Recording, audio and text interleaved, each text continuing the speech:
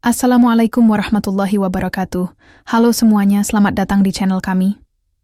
Hari ini aku akan menceritakan satu kisah yang menarik. Cerita ini penuh makna dan mungkin bisa menjadi inspirasi bagi kita semua.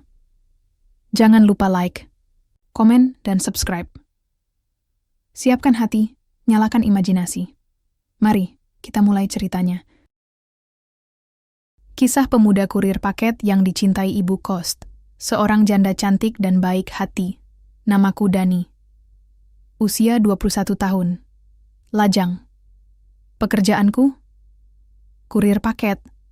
Bukan pekerjaan keren, tapi cukup buat makan sehari-hari, bayar kos, dan nabung sedikit-sedikit buat masa depan. Sehari-hari aku keliling komplek perumahan bawa paket. Naik motor butut, jaket merah kusam, dan helm setengah pecah yang aku cat ulang, biar nggak malu-maluin banget. Kadang aku mikir, hidup ini bisa berubah kalau kita sabar. Tapi sabar juga kadang nggak ada ujungnya.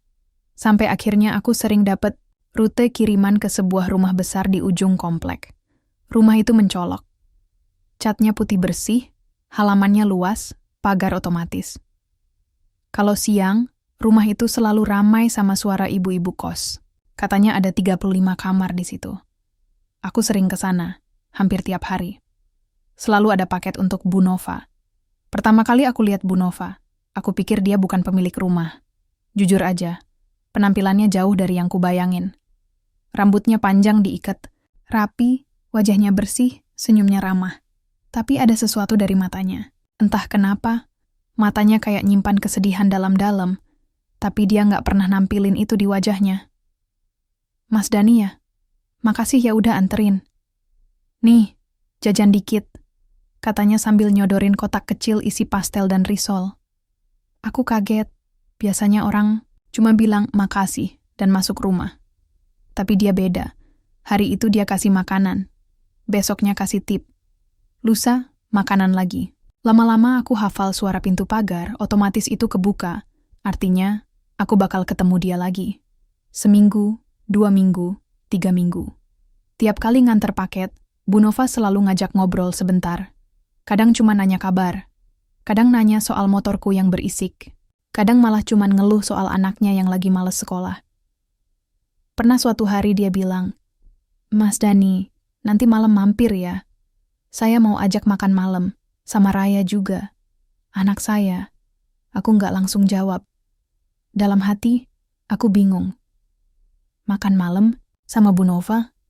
Di rumah segede itu.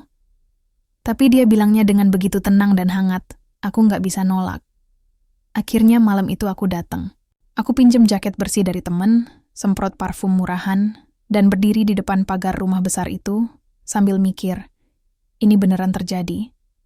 Bu Nova nyambut aku pakai senyum yang sama kayak biasa, tapi malam itu dia kelihatan beda, lebih santai. Dia pakai kaos longgar dan celana kain, rambutnya diikat cepol, dan di ruang makan sudah ada nasi hangat, ayam goreng, sambal terasi, dan sayur asem.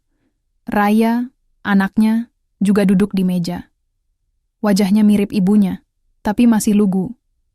Dia kelihatan agak canggung pas aku duduk, tapi lama-lama kami ngobrol ringan, dan suasananya cair juga. Bu Nova cerita soal dulu almarhum suaminya yang ngurus bisnis batik sebelum akhirnya meninggal mendadak karena serangan jantung 2 tahun lalu. Aku terusin bisnis itu, Mas. Nggak gampang, tapi ya harus jalan terus. Demi anak, katanya. Aku cuma bisa angguk-angguk. Aku tahu rasanya kehilangan. Bapakku juga meninggal pas aku masih SMA. Sejak itu aku kerja serabutan. Satu hal yang makin bikin aku heran. Kenapa orang seperti Bu Nova bisa seramah itu ke kurir kayak aku? Tapi setelah beberapa kali makan malam, ngobrol, dan ketemu di teras rumah sambil minum teh, aku mulai ngerti. Dia itu kesepian. Dan jujur aja, aku juga. Waktu berjalan cepat. Hampir tiap hari aku berharap rute pengantaranku bawa aku ke rumah Bu Nova. Dan hampir tiap kali dia selalu punya alasan buat nyapa aku duluan. Mas Dani, motornya dicek ya, suaranya makin aneh. Atau, Mas, saya baru bikin bolu kukus, mau coba? Awalnya aku tahan perasaan itu. Gimana nggak? Aku cuma kurir. Dia ibu kos, janda kaya, punya rumah dan bisnis sendiri. Tapi rasa nyaman itu makin tumbuh, dan gak bisa aku bohongi terus-terusan. Aku sadar, Bu Nova bukan cuma ramah karena sopan. Dia benar-benar ingin aku ada di hidupnya, dan itu bikin hatiku kacau. Aku belum pernah ngerasa kayak gini sebelumnya. Kadang, kalau ketemu dia, jantungku berdetak lebih cepat. Aku jadi mikir 2 kali sebelum ngomong. Aku jadi lebih sering senyum, sendiri di jalan. Tapi aku juga tahu, kalau hubungan ini terus berlanjut, bakal ada banyak mata yang gak suka. Di kampung ini, omongan tetangga lebih tajam dari silet. Tapi malam itu, pas aku pulang dari makan malam ketiga kalinya, aku bilang ke diri sendiri satu hal. Kalau aku memang sayang, aku harus berani. Berani buat jujur, berani buat ambil langkah, berani buat siap kalau dihina, dicibir, atau dianggap pemuda nekat yang ngincar harta janda kaya. Karena mungkin, untuk pertama kalinya dalam hidupku, aku benar-benar ingin bertahan. Kalau ditanya sejak kapan aku mulai suka sama Bu Nova, aku juga bingung jawabnya. Rasanya bukan satu momen besar, bukan kayak di film, yang jatuh cinta pas mata saling bertemu, lalu ada musik pelan di latar belakang. Nggak gitu. Perasaanku ke Bu Nova tumbuh pelan-pelan. Mungkin waktu dia nyodorin teh hangat di sore hujan, atau waktu dia bilang, "Mas Dani, jangan lupa makan siang ya," sambil nyelipin sebungkus nasi di tas pengantaranku. Atau waktu dia cerita soal anaknya yang mulai belajar masak, lalu ujung-ujungnya masakan gosong itu dibungkusin juga buatku. Hari-hari berikutnya makin aneh buatku. Aku masih kerja sebagai kurir, masih muter-muter dari pagi sampai sore, tapi pikiranku sering nyangkut ke rumah besar di ujung jalan itu, ke pintu putihnya, ke suara pagar otomatisnya yang aku hafal bunyinya, ke senyum Bu Nova. Tiap kali dapat rute yang bawa aku ke sana, entah kenapa rasanya kayak lega. Kayak pulang. Padahal aku cuma kurir. Sampai suatu hari, Bu Nova duduk di bangku, taman rumahnya, sambil ngetik-ngetik di laptop. Begitu aku nyampe, dia langsung angkat kepala dan senyum kecil. "Mas Dani, sebentar. Duduk dulu ya. Capek, kan?" Aku sempat ragu, tapi dia udah nunjukin kursi kosong di sampingnya. Akhirnya aku duduk, agak kikuk. Dia menutup laptopnya dan menatapku. Kali ini tatapannya beda. Nggak kayak biasanya yang santai. Ada jeda lama sebelum dia bicara. "Kamu pernah suka seseorang, Mas?" Tanyanya pelan. Aku nggak langsung jawab. Pertanyaan itu bikin jantungku berdetak lebih cepat. "Pernah, tapi nggak pernah bilang." Jawabku, pelan juga. Dia tertawa kecil. "Kita mirip, ya?" Aku nggak tahu harus ketawa atau diem. Tapi yang jelas, sejak obrolan itu, segalanya berubah. Mulut tetangga itu cepat. Lebih cepat dari motor yang aku pakai tiap hari. Belum ada 2 minggu sejak aku mulai sering mampir makan malam, ngobrol, bahkan bantuin angkat-angkat barang di rumah Bu Nova. Bisik-bisik mulai terdengar. Ada yang ngomong pelan tapi sengaja disuarakan biar kedengeran. Ada yang senyum-senyum, aneh waktu aku lewat. Ada juga yang langsung bilang, "Wah, kurir sekarang jago juga ya.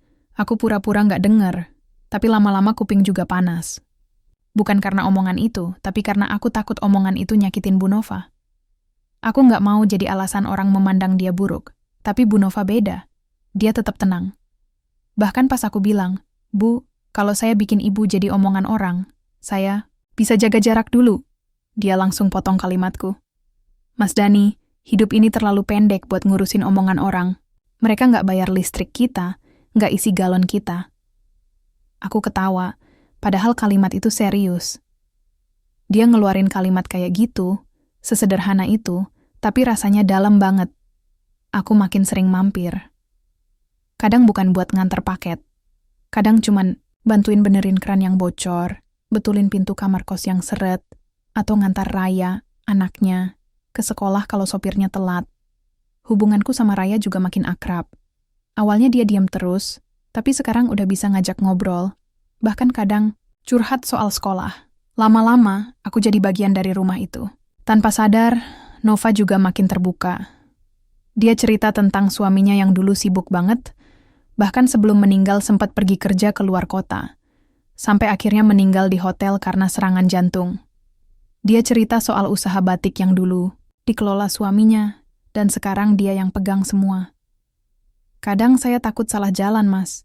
Tapi ya gimana, hidup harus lanjut. Raya butuh saya, katanya suatu malam. Aku cuma dengerin. Kadang orang cuma butuh didengerin, nggak minta dikasih solusi. Dan Nova tahu, aku akan selalu dengerin. Hubungan kami makin dekat. Tapi kedekatan itu nggak datang tanpa harga. Aku pernah ditanyain bos pengantaranku, "Kamu deket ya sama Bu Nova?" Katanya sering mampir tuh. Aku cuma jawab sekenanya.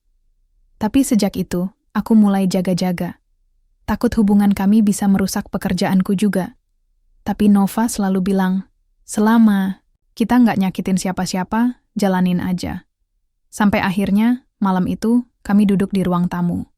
Udara agak dingin, tapi ruangan hangat. Nova memandangi aku cukup lama sebelum akhirnya bilang, "Mas Dani, saya nggak tahu kamu punya rasa yang sama atau enggak. Tapi saya suka sama kamu."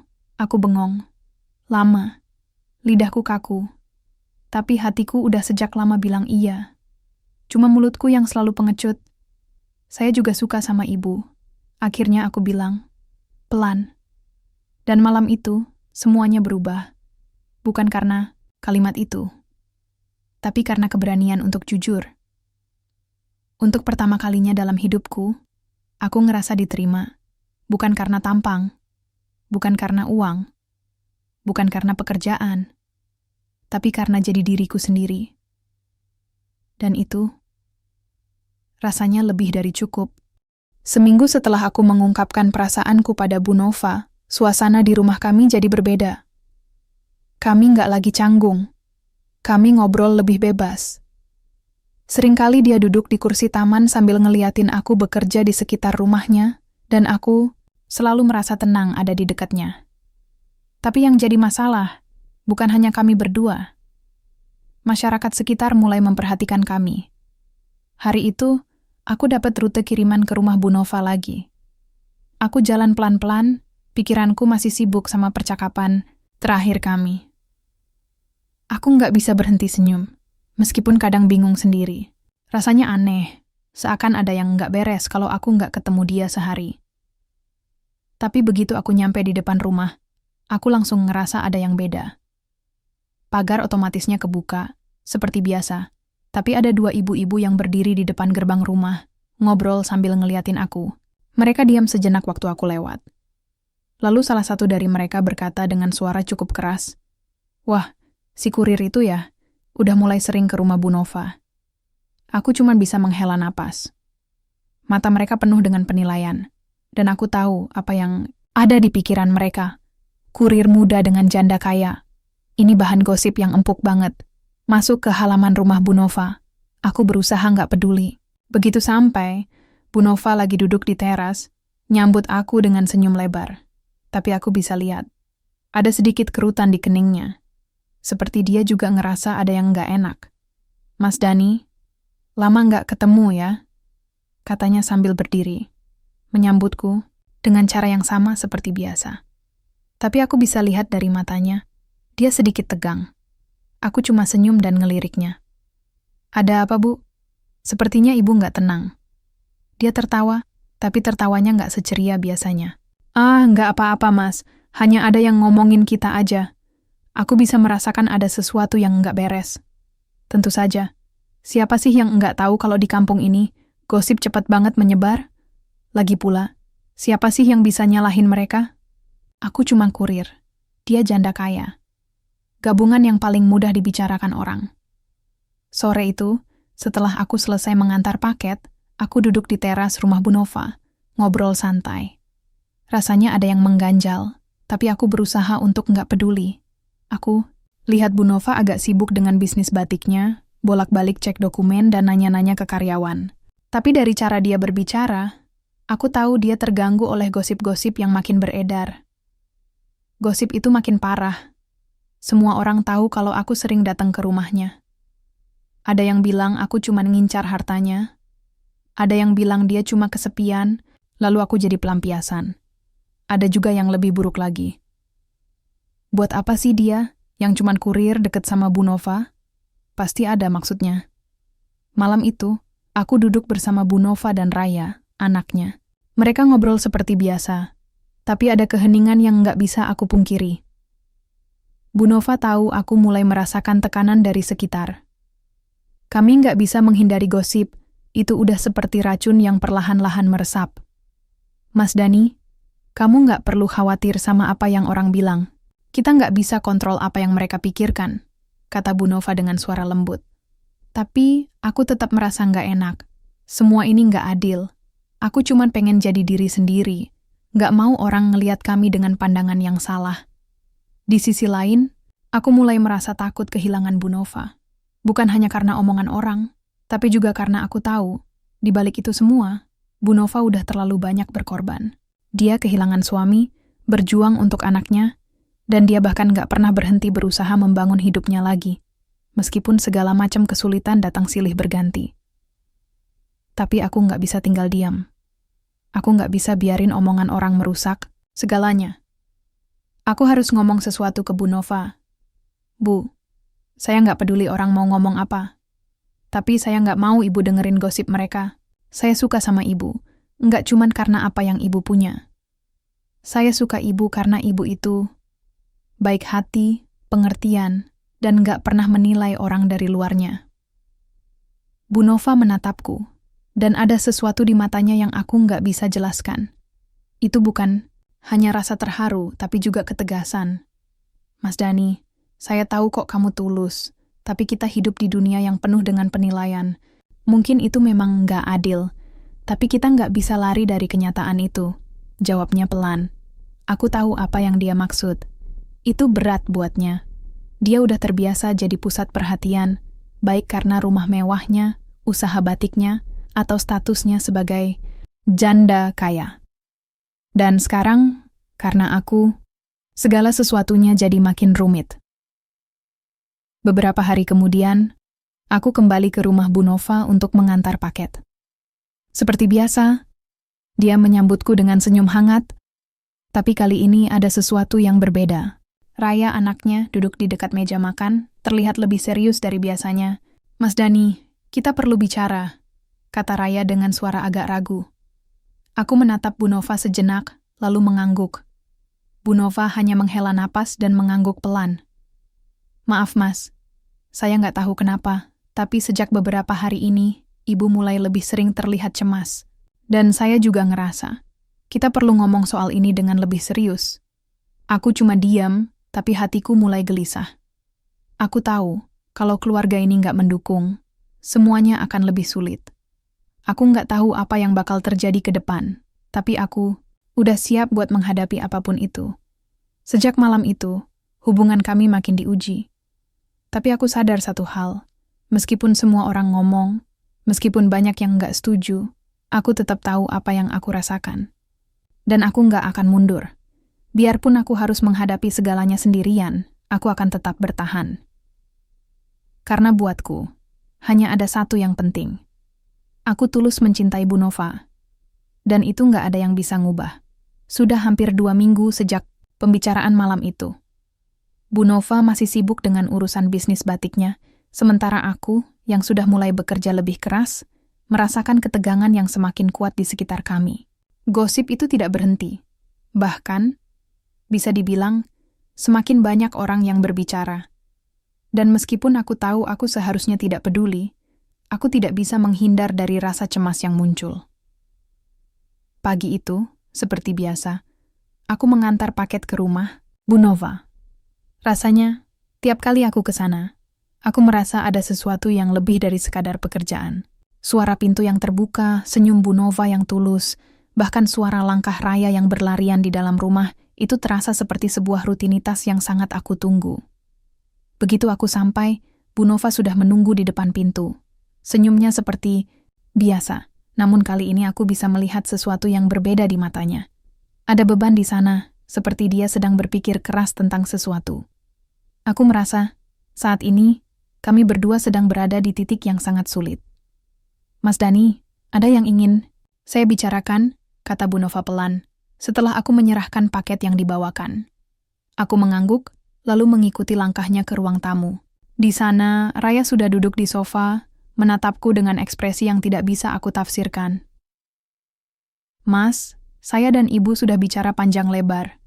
Kami ingin kamu tahu, kalau kami mengerti betul bahwa hubungan ini tidak mudah, kata Raya tiba-tiba. Suaranya terdengar tenang, namun ada nada kekhawatiran yang cukup jelas. Aku merasa terkejut.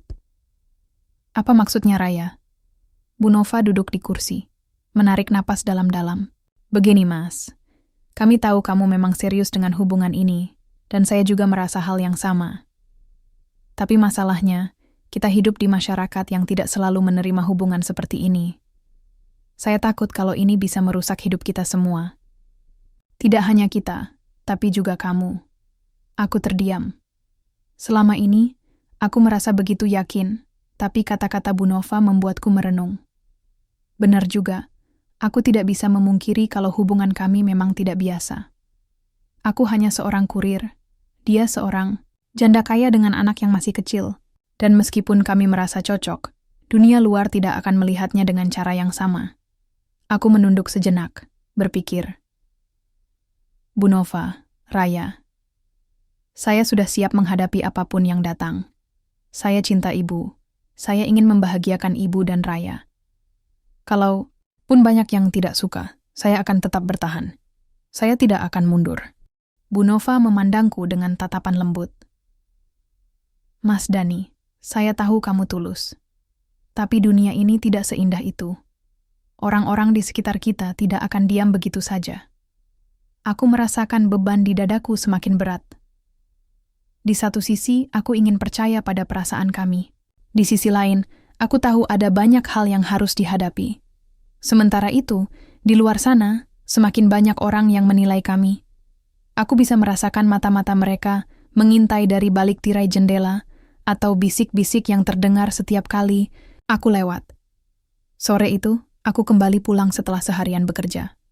Sepanjang perjalanan pikiranku terus dihantui percakapan tadi. Aku tahu, masalah ini tidak hanya tentang aku dan Bu Nova. Ini tentang masyarakat yang seringkali menghakimi tanpa memahami.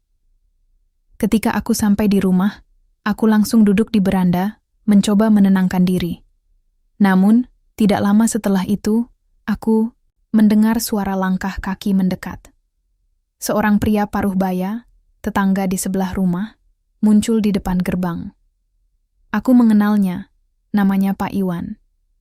Dia adalah salah satu orang yang sering memperhatikan aku setiap kali lewat.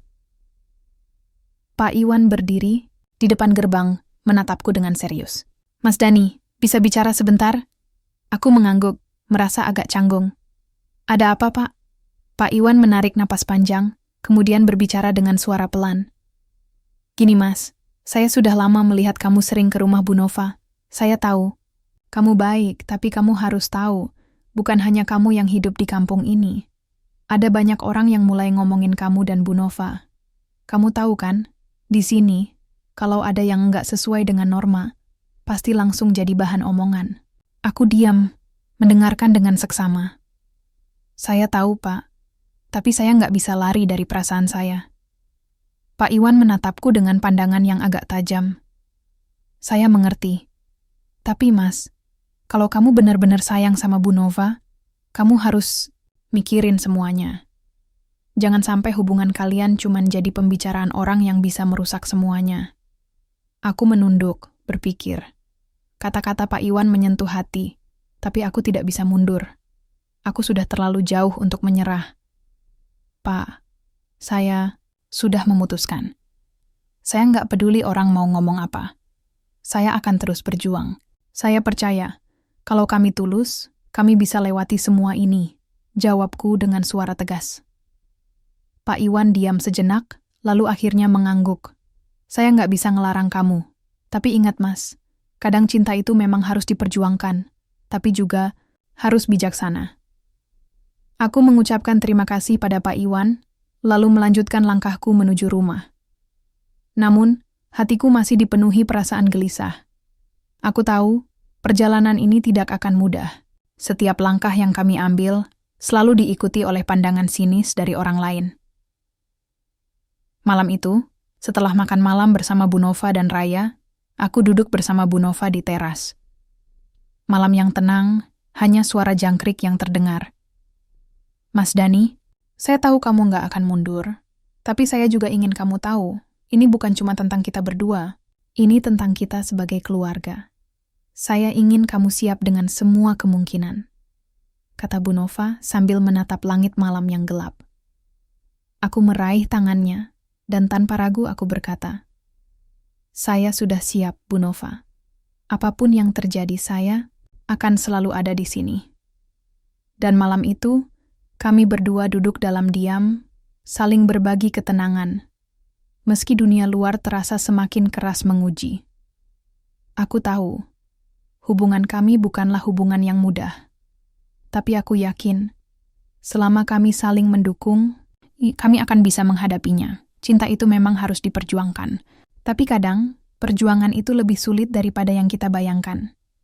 Minggu-minggu setelah pembicaraan dengan Pak Iwan, ketegangan mulai terasa semakin kuat. Meskipun kami sudah memutuskan untuk terus bersama, ada banyak hal yang semakin menguji hubungan kami. Guncangan datang bukan hanya dari luar, tapi juga dari dalam diri kami sendiri. Setiap kali aku melewati gang sempit di kampung, aku merasakan pandangan orang-orang yang tak pernah lepas dari tubuhku. Beberapa mata yang penuh dengan penilaian, bisik-bisik yang terkadang terdengar cukup jelas, dan bahkan komentar-komentar yang bisa saja muncul di belakangku. Aku merasa seperti aku sedang berjalan di tengah hujan yang deras, sementara dunia di sekitarku mencoba menghentikanku untuk melangkah maju. Namun, aku tak bisa mundur. Hari itu, aku kembali mengantar paket ke rumah Bu Nova. Seperti biasa, aku menyapa dan mengobrol sebentar dengannya, meski aku bisa merasakan ketegangan yang semakin kuat. Bu Nova, yang selama ini terlihat tegar, kini mulai tampak lebih lelah. Matanya sering terlihat berkaca-kaca, dan senyumnya kadang terasa dipaksakan. Ini bukan Bu Nova yang aku kenal. Kami duduk berdua di teras, suasana seperti biasa, tapi kali ini ada rasa canggung yang mengisi ruang antara kami. Mas Dani, kamu tahu kan, banyak orang yang mulai ngomongin kita lagi, kata Bu Nova dengan suara pelan, hampir seperti bisikan. Kali ini lebih keras. Aku mengangguk, meskipun hatiku berat. Iya, Bu. Tapi, itu bukan alasan untuk mundur, kan? Bu Nova menunduk, lalu menghela napas panjang. Bukan begitu, Mas. Aku cuma khawatir. Kita berdua tahu hubungan kita nggak akan mudah. Ini bukan cuma soal kita berdua, tapi juga soal Raya. Dia mulai merasa canggung dengan semua ini. Aku terdiam, mencoba mencerna kata-katanya. Raya, anak Bu Nova, adalah sosok yang sangat aku hormati. Aku tahu dia masih muda, dan perasaan dia terhadap hubungan kami sangat penting. Dia sudah kehilangan ayahnya, dan aku tahu hubungan dengan seorang pria baru pasti bukan hal yang mudah bagi dia. Raya sudah bilang apa, Bu? Tanyaku pelan. Dia bilang, dia nggak bisa terus-terusan hidup di bawah sorotan orang. Dia merasa seperti kami semua jadi bahan pembicaraan, dan itu nggak baik untuknya. Jawab Bu Nova. Aku merasa sesak di dada. Kalau itu yang membuat Bu Nova ragu, maka aku harus mencari cara untuk meyakinkannya. Tapi, bagaimana bisa aku meyakinkan dia, kalau bahkan anaknya sendiri pun belum bisa menerima hubungan kami sepenuhnya? Beberapa hari kemudian, aku mengajak Raya untuk bicara. Setelah semua kejadian yang terjadi, aku merasa aku perlu mendekati dia secara pribadi. Malam itu, aku memutuskan untuk berbicara dengan Raya di halaman belakang rumah Bu Nova, tempat yang cukup sepi dan tenang. Bu Nova sudah masuk ke dalam rumah, memberikan kami ruang untuk berbicara. Raya, aku tahu kamu mungkin nggak suka dengan hubungan ini. Tapi aku ingin kamu tahu, aku nggak akan pergi. Aku benar-benar sayang sama ibu kamu. Kataku dengan suara penuh keyakinan. Raya duduk di kursi kayu, menatapku dengan tatapan tajam. Aku tahu, Mas. Aku nggak benci kamu. Tapi aku cuman bingung. Kenapa semuanya harus jadi rumit kayak gini? Aku nggak mau hidup dengan orang-orang yang cuman ngomongin kita sepanjang waktu. Aku mengerti perasaannya. Usianya yang masih muda membuatnya lebih rentan terhadap tekanan sosial. Dan aku tahu betul Apa yang kami jalani bukanlah hubungan yang mudah untuk diterima oleh orang lain. Raya, aku nggak akan biarin kamu dan ibu kamu tersakiti. Aku tahu banyak orang yang nggak suka sama hubungan kita. Tapi aku yakin kita bisa jadi keluarga yang kuat. Semua ini mungkin nggak mudah, tapi aku akan berjuang. Untuk kamu, untuk ibu kamu, dan untuk aku sendiri. Raya terdiam sejenak, lalu mengangguk pelan. Aku nggak bisa bilang aku setuju, Mas. Tapi aku nggak mau ibu kesepian terus. Kalau kamu bisa buat ibu bahagia, ya, aku akan coba terima kamu. Aku merasa lega, meskipun tahu perjalanan kami masih jauh. Setidaknya, Raya memberi aku kesempatan. Itu adalah langkah kecil, tapi penting. Malam itu, aku kembali ke rumah, berpikir panjang tentang percakapan yang baru saja terjadi. Ketegangan yang ada dalam diriku semakin terasa berat. Aku tahu, bukan hanya masalah sosial yang harus dihadapi. Ada juga beban dalam diri Bu Nova yang tidak bisa aku lihat dengan mudah. Meskipun dia mengatakan bahwa dia siap untuk terus bersama, aku merasa dia mulai ragu. Dan aku takut ketidakpastian ini bisa merusak segalanya. Ketika aku kembali mengantar paket ke rumah Bu Nova esok harinya, aku memutuskan untuk membicarakan semuanya dengan lebih terbuka. Setelah aku menyerahkan paket dan duduk di teras, aku menatapnya dengan serius. Bu, ada yang ingin saya bicarakan. Saya tahu kita sudah melalui banyak hal bersama, tapi saya nggak mau ada yang nggak jelas di antara kita. Apakah ibu masih yakin dengan keputusan kita? Tanyaku langsung. Bu Nova terdiam. Ia menatapku dengan mata yang lelah, seperti ada sesuatu yang ingin dia ungkapkan. Tapi tak bisa. Mas Dani, aku tahu kamu cinta sama aku. Aku juga merasa hal yang sama. Tapi semakin aku berpikir, semakin aku merasa ini berat. Aku nggak bisa terus-terusan hidup dalam ketidakpastian. Aku merasakan sesuatu yang tajam menusuk dadaku. Ketidakpastian itu memang ada, dan aku tahu Bu Nova sedang berjuang dengan perasaannya sendiri. Ini bukan hanya soal aku dan dia, tapi juga tentang masa depannya, masa depan anaknya, dan bagaimana orang lain akan melihat mereka. Aku menggenggam tangannya, berharap bisa memberikan ketenangan. Bu Nova, saya nggak mau kita menyerah. Saya akan terus berusaha untuk membuktikan kalau saya bisa jadi lebih dari sekedar kurir.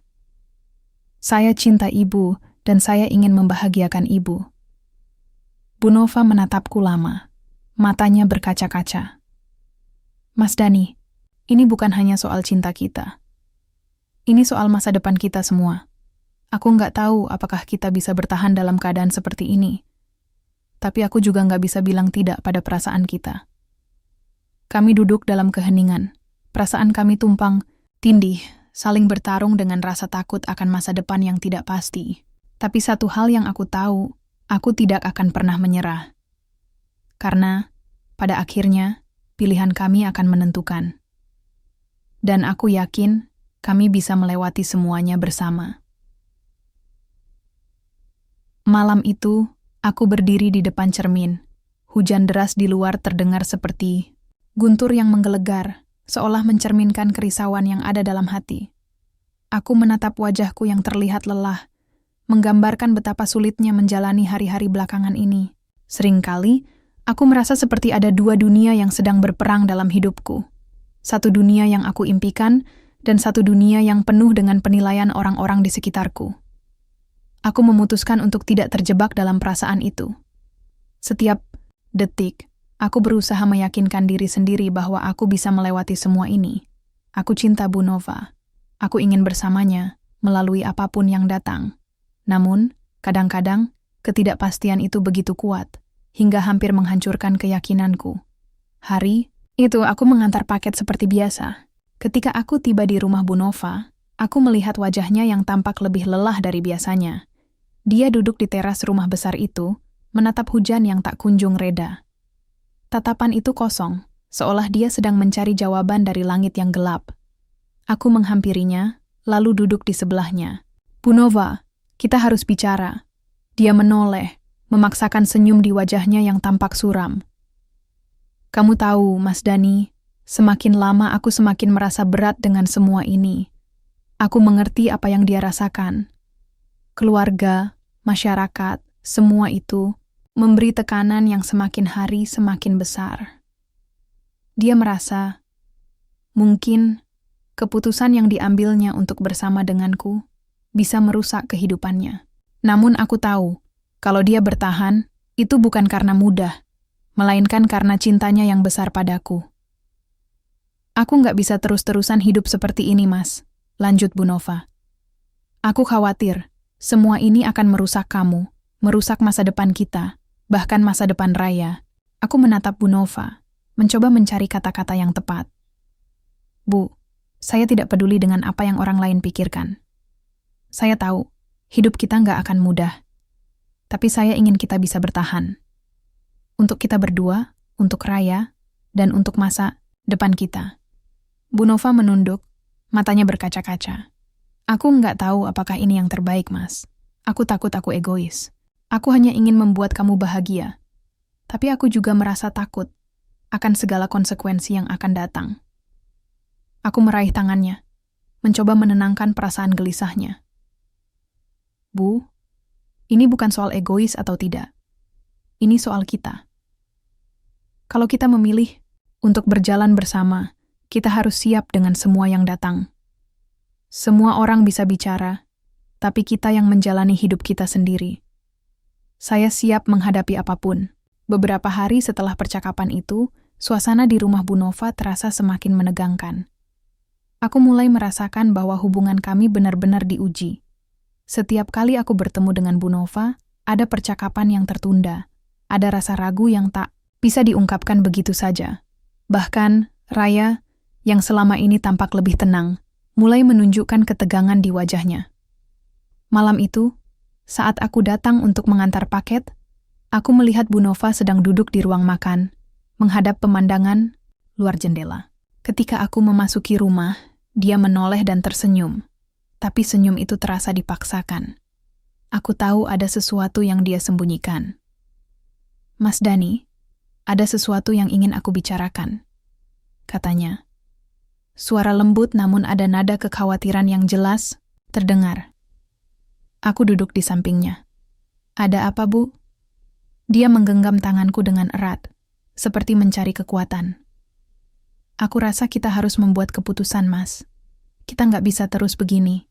Aku harus tahu apakah kita siap untuk menghadapi semua ini. Kita harus memutuskan apakah kita akan terus berjalan bersama, atau kita harus berhenti sekarang sebelum semuanya semakin rumit. Aku terdiam. Rasanya, kata-kata itu seperti petir yang menyambar, menghancurkan setiap dinding ketenangan yang kubangun. Bagaimana bisa kami berhenti setelah semua yang sudah kami lewati? Aku sudah mulai merasa bahwa hidup ini adalah perjalanan yang harus kami jalani bersama, meski jalanannya tidak selalu mulus.